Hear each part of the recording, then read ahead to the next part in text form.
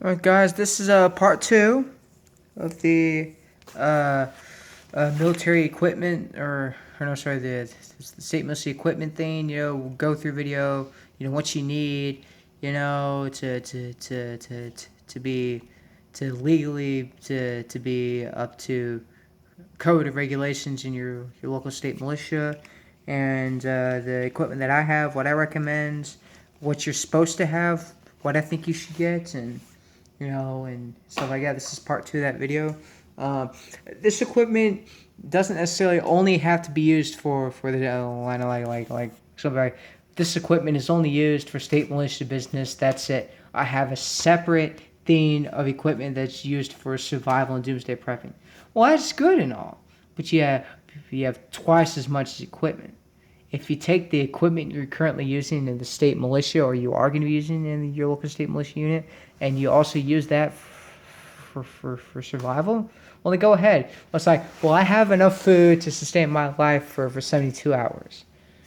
That's that's what my local state militia unit tells me I'm like required to have. Well, why stop there, man? Why not have a month's supply of freeze dried food? Why not have a year? Bill O'Reilly has this in wisefood.com. I partner together to give you a special. Go to wisefood.com/bill, BILL, wisefood.com/bill, and they'll give you 30% off your first purchase. And the freeze dried food that they give you, it comes in a big ass little square paint bucket container, and it is fresh as the day you received it. It'll last you up to 25 years, and it is fresh. 15 years later, it is as fresh as the same day you received it. And they got eggs, bacon, chicken pot pies, chicken dumplings, macaroni and cheese, all kinds of stuff. Powdered eggs, bacon in a package, powdered honey, stuff like that. It is great stuff to have. But so we're going to start with another important tip of survival, and that is surviving chemical, biological warfare. It's critical. If you guys already don't have the weaponized PDF documents file, go to fuck.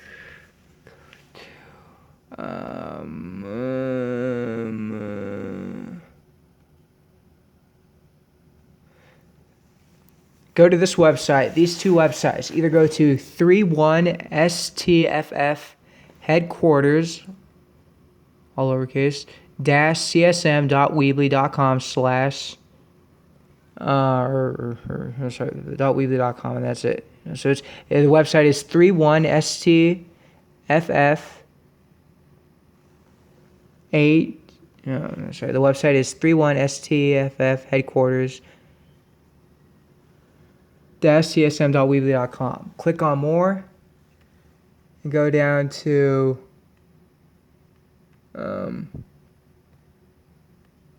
let me get it here.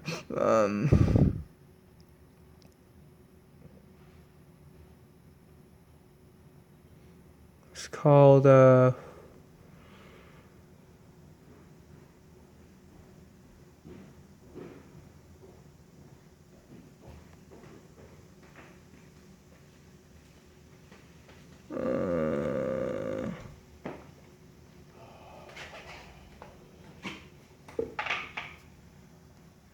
okay, so it looks like their website doesn't have that link anymore. So what you need to do is go to militiatexas797.wixsite.com/Southern Texas State Militia. I'm going to show you right here. I'm not logged into my credentials. They're about to be erased anyways because I am logged with the unit. Click on more. Go down to Bioweapons Defense. Now, this is not a document created by me. This document was created by Colonel Brian Hunt, the California State Militia's state commander. Now, what state commander means is he basically presides over all militia forces of California. He presides over, California State Militia, Southern California State Militia, Central California State Militia, Northern California State Militia, Watchmen in California, California 3% Patriots, group, the Patriots of California. He presides basically over all of those militia organizations. He is state command. He has like he's basically like the commander in chief over all of those militia units and groups. Each unit and each group and each militia organization in California has a say, and they all have a voice, but he basically presides over all of them. And this was his little documents, and you just click on this thing right here, and it downloads it to your phone or to your computer, whatever, and it gives you basically an in-depth detail on how to survive the apocalypse. And I'm going to see if I actually have...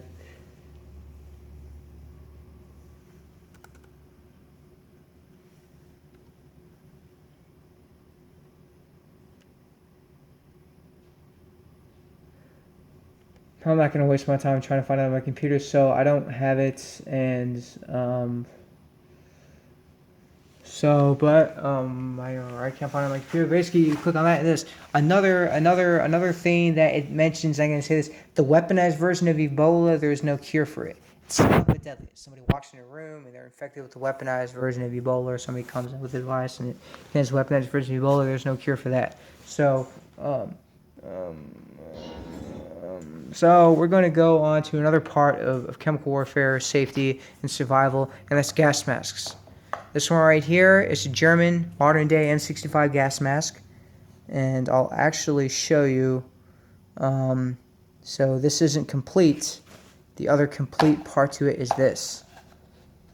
And it's German. This is what they currently use in the military. Camera will focus. Not, I don't really care. It'll definitely focus on this though. It says here, Vorsichtig.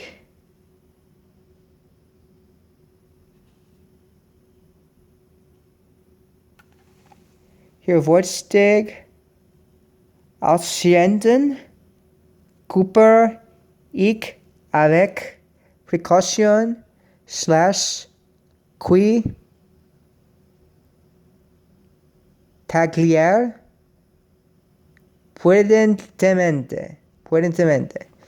My German isn't that good. I haven't used it in a long time. But basically, what it says is, take a sharp bladed object and cut very carefully below this orange tape. Below the orange tape, you cut it, and it contains your 3-layer filter, and you can buy these like just the filter. If you think, well, I have to buy the mask in order to get a new filter, no, you can just buy the filters if you want to. Got this from chcatos.com. The mask is very good. I'll actually show you what it looks like when it's on. It's got this little neck thing. I'll put it on, so hold on a second here.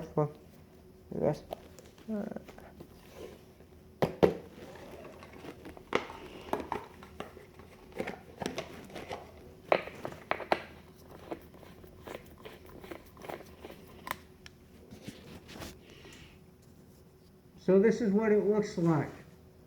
And you literally feel protected. You feel like chemical warfare, tear gas, Tubman gas, sarin gas, mustard gas, they can't get you. You're safe. But there's also an enemy to the gas mask, and I'm going to tell you about it. Yes, there is an enemy to a gas mask.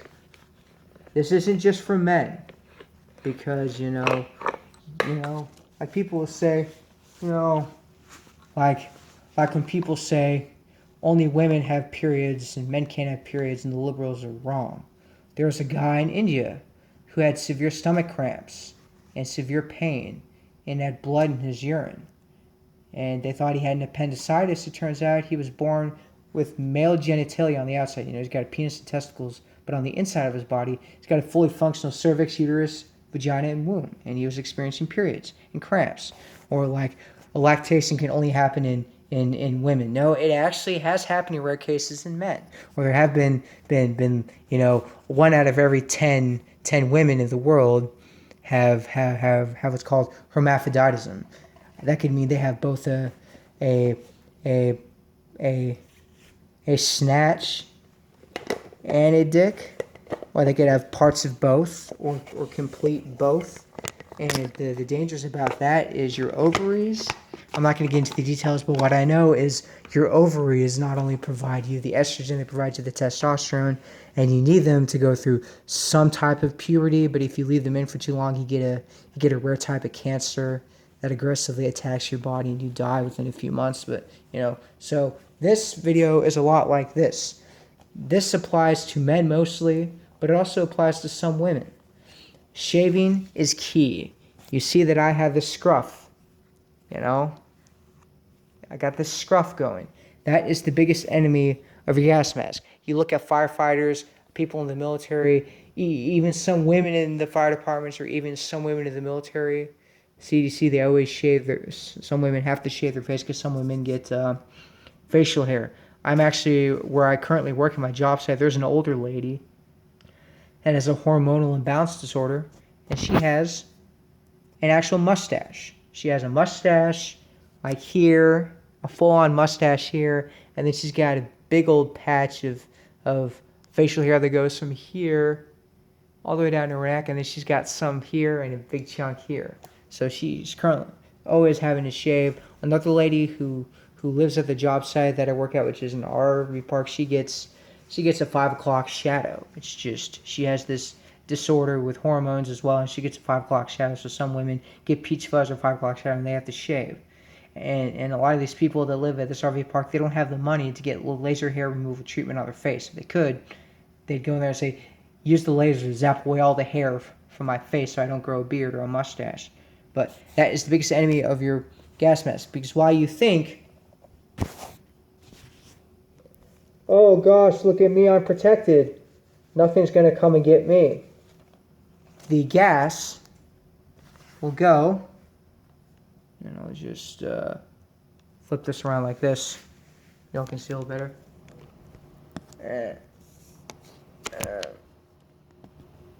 While you think that you are protected, and maybe you are to a certain extent, when your mask is on, you have gas that goes underneath your mask right here, goes in between your mask and your face through your beard. Your beard creates a hole, a gap between your mask and your face, and the gas goes in there and your gas mask becomes useless. So you have to stay shaved, and you have to stay clean shaven. No hair on the face. Stay tuned for part 3, and we'll talk more about this, the other equipment needed for the state militia. Also, it could be used for survival. Thanks. Stay tuned for part 3.